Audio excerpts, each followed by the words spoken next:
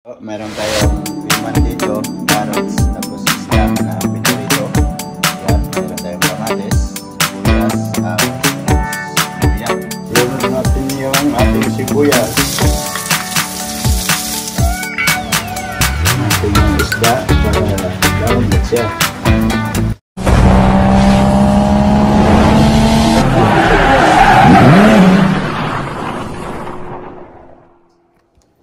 Yo, what's up mga kadol? Panibagong araw, panibagong video naman tayo ngayon. At welcome back mga kadol sa ating YouTube channel. So, medyo matagal-tagal tayong hindi nakapag-video at hindi nakapag-upload.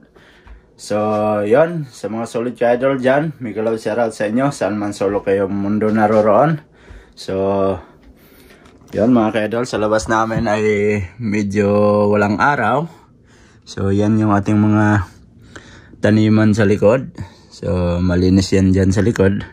So, kailangan nating panatilihing maging malinis dyan sa ating likuran. So, yan mga kadol. For today's video, samahan nyo ako. So, simpleng video lang to. Para may upload tayo dito sa YouTube. So, first time nyong makikita to sa, sa aking channel. So, magluluto tayo ulit mga kadol ng tinatawag nilang escabitsi. So, umpisa na natin pagluto. Meron tayong piman dito, carrots, tapos isda na pinirito. Yan, meron tayong kamatis, sibuyas, ahos, tapos luya. So, tara. Umpisa na natin yung ating pagluluto mga idol. So, yan, magpapainit lang tayo ng kawali. So, kuha tayo ng mantika dito. Siyempre, olive oil yung ating gagamitin. Alright. So, tayo yung magluluto ngayon mga ka-idol kasi sila nadahili man. Nadahili. Tindang kaso. Kaya doon sa loob nakaiga. So, yan. So, medyo mainit na yung ating kawali. Lagyan natin ng mantika. Oo, konti lang. Tapos, yung magic sandok natin. Magic sandok. So, shoutout po sa lahat ng mga ka-idol natin dyan. Lalo na kay Ate Ditsay. Shoutout sa kanya kasi nauwi na sa Pinas. So, enjoy sa bakasyon. Saka kay Ate Jingkoy na Inchikoy. Alright. Shoutout sa inyo. At saka kay B9. Shoutout. Kay Kuya Matansero. So, sa lahat ng mga friends natin sa YT. Shoutout sa inyong lahat. Lagay na natin tong ahos. Ayan. Bisa-bisa muna tayo.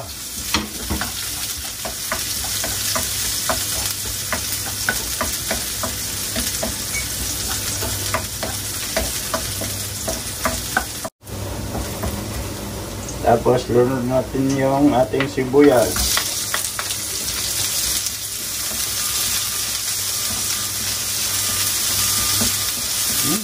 Tamas pa lang, mabango na mga ka-idol.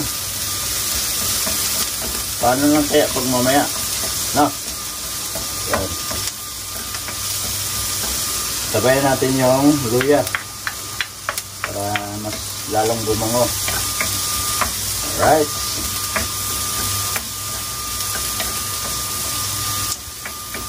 Mahirap kasi mag video mga ka-idol pag yung busy palagi sa trabaho. Bago gabi na kasi ako maka-uwi. So, salamat sa mga solid ka-idol dyan. Kahit minsan lang tayo makapag-upload dito sa YouTube. At least andyan pa rin kayo. So, thankful ako na andyan kayo mga ka-idol natin na laging sumusuporta at nanonood sa ating mga ina-upload na video. Kahit simple lang yung ating mga video. So, sana ay patuloy pa rin kayong susuporta hanggang sa dulo ng walang hanggan. So, kamatis, lunod. Yan. So, marami yung ating kamatis para mas masarap.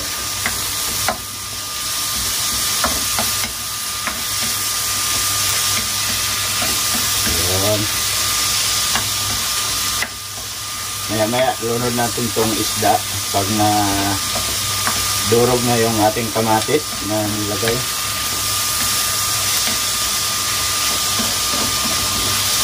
Tapos nagpainit na din ako ng tubig na kahit kunti lang kasi yan yung ating ilagay na pangsabaw sa ating lulutuin. Yan. Kailangan natin durugin muna yung kamatis para magkatas. So ayan mga kaidol, durog na yung ating kamatis. Lagay natin itong carrots. Yan, marami yung carrots.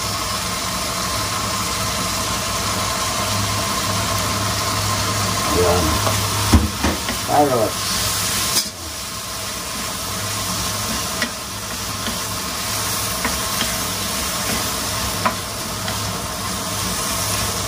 Maya yung palambutin muna natin tong ano, yung ating carrots.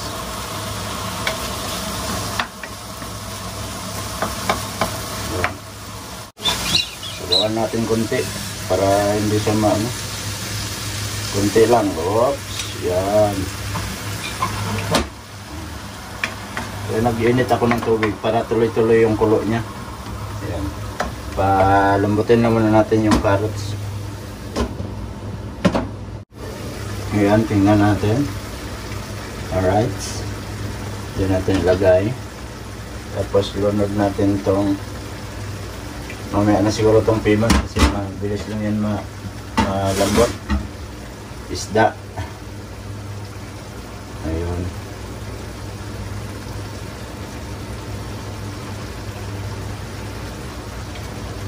Ayan natin yung isda para lalambot siya.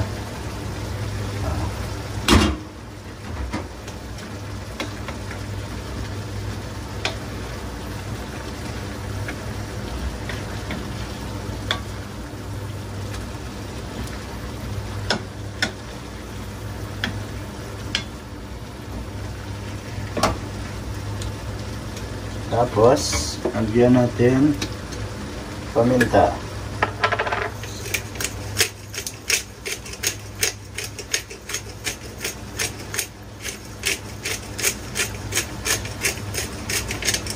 Ayan, damihan ng paminta. Tapos, konting asin. Oops. At saka, lagyan ng kaunting suka sa mixture natin.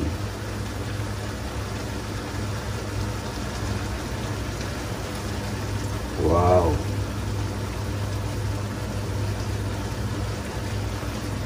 Yan. At siyempre lagyan natin ng asukal.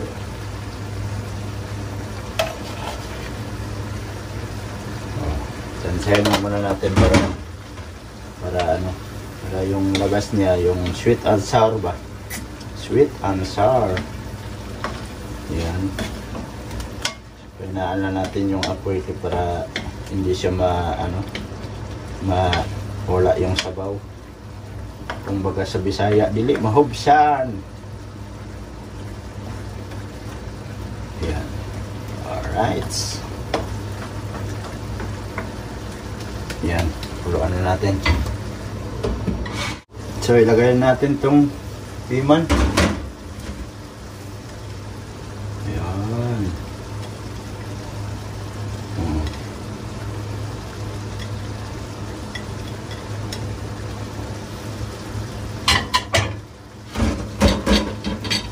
Tapos, haluin natin. Dandahan lang para hindi madurog yung isda. Ewan po kung anong lasa nito. Uy, nalaglag pa. Balik.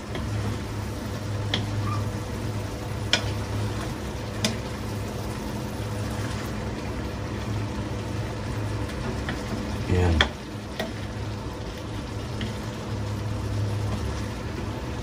Kain na kasi ako nito. Nung isang linggo pa ako nagsabi kay Love, sana ngayon niya lulutuin. Nadahili man. Kaya yung request ko, ako din nagluto, di ba? Alright. Oo. Ayos na. So, palambutin na natin yung isda. Tapos na yan. So yan, tingnan na natin. At patikman natin kay Lab kung kung anong lasa. So tikman mo, Lab. Ayan. Okay na? Ayan, masarap? Wow. Ayan, masarap daw sabi ni Lab. So patayin na natin to para hindi siya mawala ng sabaw. Kasi sarap yung sabaw niyan. So ayan, goods na. Tapos na tayo magluto. So sila kain na naman ng mikan, no? Ayan. Yung mikan na to mga ka-idol, yung dala ni Lab kahapon. Yan, bigay sa kanilang kaisya. Sana all may mga bigay sa kaisya. Sa amin, kahit pang merienda, wala nga eh. Pero sa kanila, mayroon. Taon-taon to, pag December, binibigyan sila ng isang karton na mikan. Yan. At saka ito mga ka-idol, gamit sa aircon to. At saka ito, gamit sa aircon. So shout out sa kay nanay sa nagbigay nito. So ang aircon pala mga ka-idol, andito sa labas. Yan. Meron kasi nagbigay sa amin ng aircon with heater na. Kasi yung aircon namin dito, ano lang, yung aircon lang siya talaga. Yung Windows aircon. Tapos yung ginagamit naming heater dito sa loob ng bahay, yung digas, bibili pa kami ng gas. So ito yung binigay niya na aircon with heater na. Yan, Sharp. So ipapakabit namin yan siguro bukas. Ayan. So medyo madumi lang siya, pero lilinisan lang to. Sa maglinis siguro bukas yung magkakabit nito. Kasi gusto ko siyang tanggalin, pero hindi ko kasi alam kung paano magtanggal nito. So baka may masagi tayo dyan sa loob na ikakadamage pa ng aircon. So antayan na lang natin yung magkakabit niyan bukas. So magbibideo din ako bukas pagkabit niyan, kasi para makita ninyo mga ka-idol. Yan yung bigay sa atin ni Nanay Isay. So shout out sa kanya. Shout out sa iyo, Nay. Salamat sa binigay ninyo ni Kuya Wilson na aircon. Alright, at saka walang araw ngayon mga ka-idol. Sa sobrang lamig dito, yung aking mga tanim dito, yan na, nalanta na. Patay tayo dyan. Oh. Yan, nalanta na. Pero mabubuhay yan sila pag tag-init na naman. Dinidiligan lang namin yan paminsan-minsan, kasi pag araw-arawin mo ding diligyan, mas lalong mamamatay kasi yung puno niya malalata. Yan yung ating mga taniman dito. So malinis na yan. Tsaka yung siligrin ko nalanta na din. Oh, may bunga pa siya. Tsaka yung malunggay namin wala ng dahon, pero di yan mamamatay.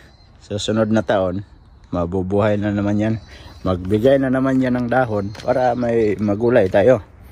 So yan mga ka-idol. Saka kakain na tayo kasi time check tayo mga ka-idol. Hindi ko alam ang oras kasi wala akong orasan. So time check muna tayo. Anong oras na ba? So 12:35. So kakain na kami ni Lab para makainom din siya ng gamot kasi sumasama yung pakiramdam. Kain mga ka-idol. Alright, kain tayo. Siyempre mayroon akong kape. Oo. Yan, simpleng lang to, simpleng luto na escabeche. Kulang pa man to. Dapat may cornstarch, kundi cornstarch meron tayong ketchup na Pero okay lang yan. Kumbaga Bisaya na luto ba? Para makakain lang. Kain tayo. Sarap po.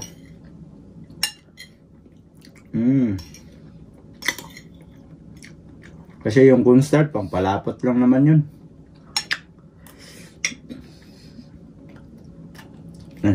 Sarap ito, ulo. Yan.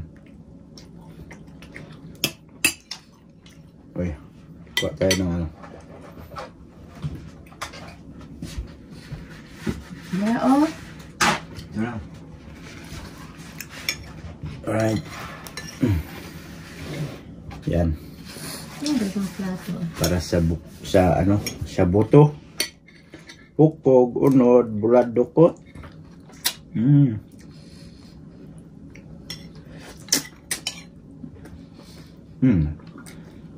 Salup-sup ang lasa, no? Salup. Sarap. Nadahili kasi yung ano, magluto nito. Kaya ang nag-request, yun din ang nagluto.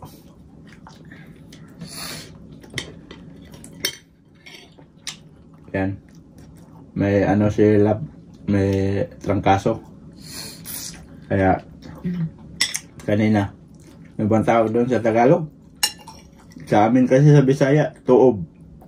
Suob? Suob ba yan? Yung magtakbong ng ano? Ng kumot para pagpawisan. Malabas yung mga bad spirit. Ups. Sarap ba? Mata. Sarap.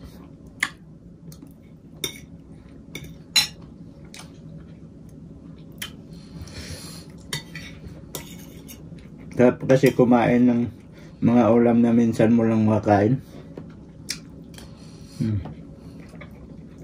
Sila Bulanggana kumain to. Ganun naman talaga pag may trangkaso, diba? Pag masakit ang ulo.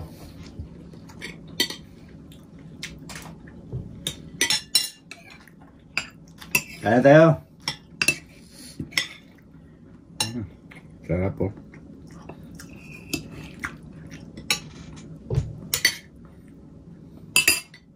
May bukog.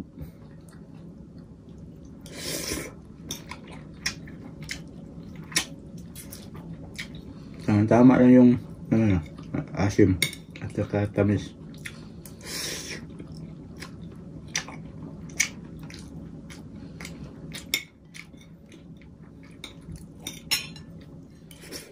Yan mga kaidol, at tapos na kaming kumain ni Lab. Siyempre, tapos na tayong kumain. Hugas tayo ng plato.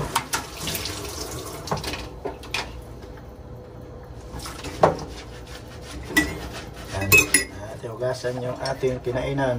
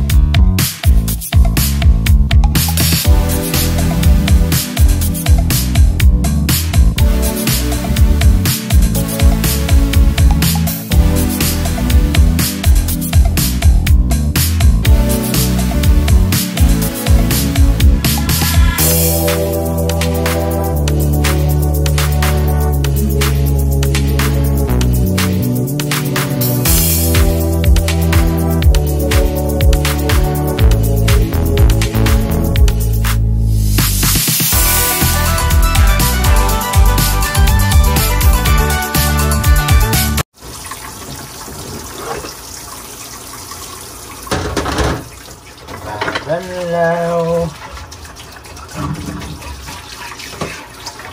Banlaw tayo, banlaw.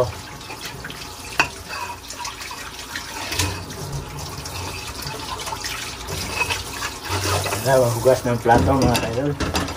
Kailangan ano mo nang maayos para hindi magkamoy sabon. Kasi yung iba, diba, makikita mo, maghugas ng plato. Parang mabilisan lang ba? Mahirap yun. Pag hawakan mo, madulas pa. Kailangan yan ito.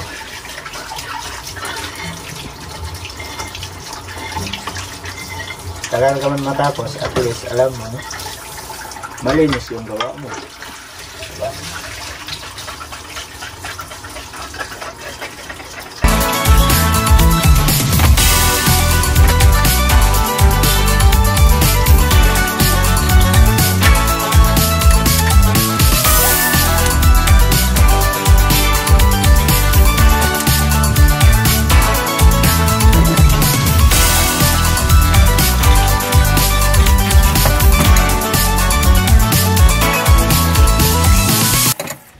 Alright mga ka-idol, at yan, tapos na tayong kumain at saka tapos na rin tayong naghugas ng ating mga kinainan. So malinis na naman yung ating yung lababo. So yan, salamat mga ka-idol. At dito ko lang siguro muna tatapusin yung ating video. Salamat sa mga solid ka-idol natin dyan na nakaabot na naman kayo sa dulo ng ating video, at salamat sa inyong walang sawang suporta sa ating mga simpleng video na ina-upload dito sa YouTube. So maraming salamat, at sa mga bagong pasok dyan, please like and share, and don't forget to subscribe Jed Mindero TV. At mag-ingat kayo palagi mga ka-idol. God bless you all mga ka-idol. I love you all. Mag-ingat kayo palagi. Bye bye.